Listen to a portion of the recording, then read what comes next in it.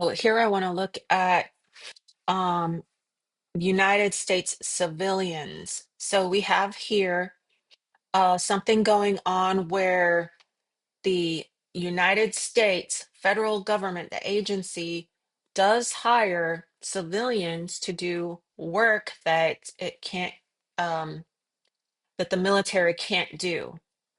So each military post has some civilians working on it, whether they're in America or in some other country. So we know that the United States military has military posts in other countries. And just like with the states, they have to come to agreements on how certain things are going to work out because this is called jurisdiction, and jurisdiction is the relationship between people, right? People and their states and their governments and who they work for and such. So it says agreements under which the receiving state will exercise jurisdiction over such United States civilians by operation of the Treaty of the Language. So when the federal government puts a military post in a state or in another country, there has to be agreements on how things are going to work out. So in some cases, American civilians who are not in the military will go overseas and work on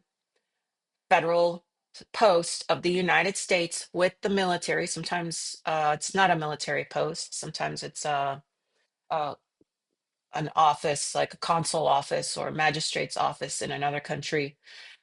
But these civilians can come from America, but they can also come from the people um, in that country who've been hired on to work on the military post. So for some specialized skills like nuclear physicists or other scientists or something, it's sometimes hard to find people to do certain work that needs to be done, that the military, being in the military, you're not qualified to do it, or being of America, you're not, they can't find people in America to do the type of work, so they'll reach out to other countries and bring them in, or people in that country to bring them in.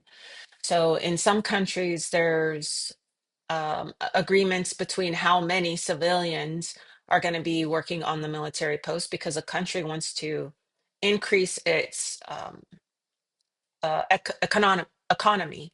So the federal government might agree to hire so many civilians to do work on the military posts that are people of that country. So jurisdiction over such United States civilians. So when a civilian goes to work on a military post, they're on a post of the United States.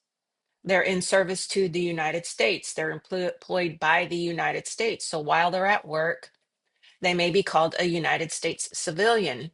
If they're from this country, they're definitely called a United States civilian. I'm not sure what the agreements are for every country where the United States has a military post in that country. So there's a lot of relationships between the United States and people in other countries or people of the states that most people are unaware of. So they go through and they read these federal laws and they think, well, all the federal laws are for them and apply to them and they have to do all these things. But a lot of these laws don't apply to them at all. They apply to the people on the military post. So we need to keep that in mind when we're looking at federal laws. Are you following them because you want to, so you're following them voluntarily, or are you following them because you are employed by the federal government or you're on a federal military post? You should start asking yourself these questions before you just assume that all federal laws are for you.